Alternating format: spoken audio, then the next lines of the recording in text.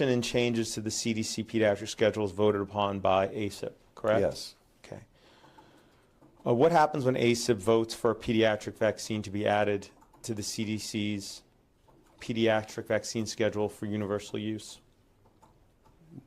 It is adopted by various medical organizations and recommended to the physicians. Okay. And so the pediatricians around the country rely on those recommendations to decide whether or not to administer a vaccine? Absolutely. Okay. And what about children in the United States that can't afford the vaccines recommended by ACIP? Well, until the present time, remains to be seen whether that will still be the case. The government pays for those children to receive vaccines. Okay. Is that called the Vaccine for Children program? Yes. And ACIP votes on whether or not to add a vaccine to that program, Yes. correct? Okay. And when a vaccine is added to that program, the manufacturer is paid for the vaccine even if the child can't pay, correct? Correct. Okay. Do you know what percentage of vaccines, pediatric vaccines administered in the United States are purchased from pharmaceutical companies using federal money through the Vaccine for Children program? 50 to 60%. Okay. So when ACIP recommends a vaccine for universal use, it will essentially create a liability-free market of millions of children for this pharmaceutical company manufacturing that vaccine, right? The act provides payment to the pharmaceutical company to manufacture the vaccine. That is correct. Are you talking about the 1986 Act? Yes. Right. And they're not liable for injuries from the vaccines, right? Unless it is the result of bad manufacture. Okay. But not for, if it wasn't, not for design defect claims. Right. Okay. Meaning you can't sue a vaccine manufacturer claiming that they could have made the vaccine safer. Correct. Okay.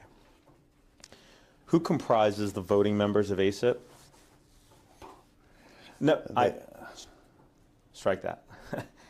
I didn't want the names. Let me ask it a different way. Are the individuals that serve on ACIP government employee? No. Okay. Where do these individuals come from? They come from all over the United States, and they are chosen because they have no conflict of interest. That is to say, they receive no funding from vaccine companies, but are thought to know something about vaccines nevertheless, with the exception of a community representative who is a layperson.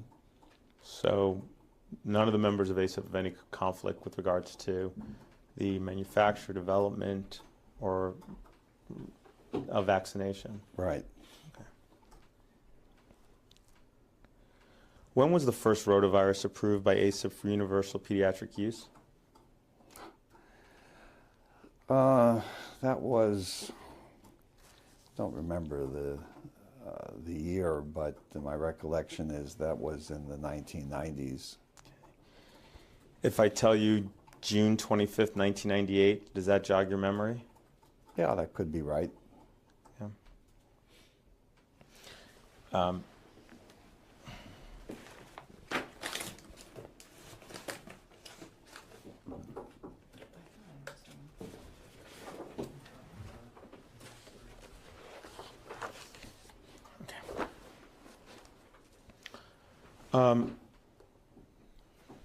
On that date, June 25th, 1998, you and your co-inventors, Paul Offit and Fred Clark, had already had a patent on the rotavirus vaccine, correct? Yes. Were you at ACIP at the meeting that they first approved the first ever rotavirus vaccine for universal pediatric use? I believe I was. Okay. Was Fred Clark at that meeting? I think he was. I'm not certain. Was Paul Offit at that meeting? Yes, Okay. What was Paul Offit's role at that meeting? his role. I don't remember whether he was still on the committee or not. I don't remember.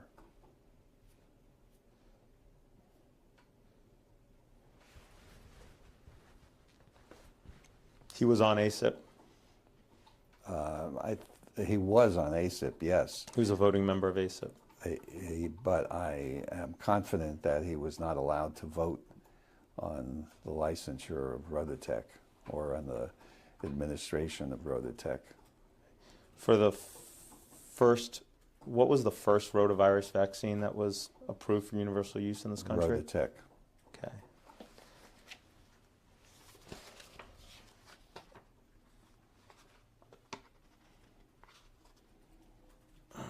Well, is that the rotavirus vaccine that you worked on? Yes.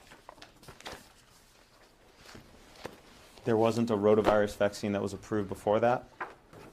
I don't believe so. No. Well, yes, there was a vaccine that had been developed at the National Institutes of Health that had been licensed but was found to cause intussusception, and the manufacturer took it off the market. Okay. Paul Offit was on the committee and voted to approve that vaccine for universal use, correct? Very likely, yes. Okay.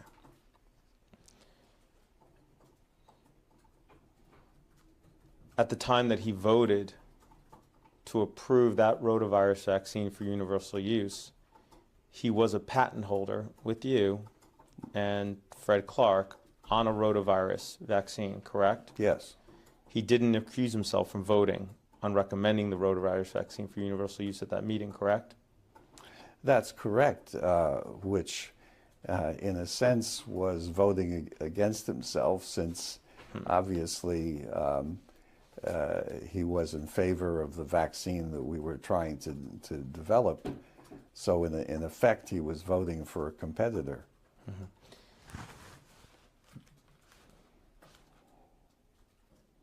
When you have one vaccine for a given disease approved for universal use, wouldn't that make it easier to then have another vaccine for that same disease approved for universal use?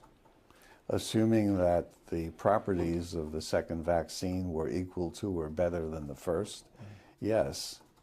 So approval of the first one paves the way for the second one, doesn't it? It paves the way in the sense that if people believe that rotavirus disease is worth preventing, they will want more than one vaccine licensed, so that in case there's a shortage of supply of one vaccine, there's an alternative. All right, so there's once you have one approved, it's a good idea to have a second one approved then, isn't it? It is, yes. Yes. Are you aware of the many other conflicts of interest regarding the vote to approve the rotavirus vaccine for universal use that we've just been discussing? That's been reported in a U.S. House of Representatives Committee on Government Reform report? No.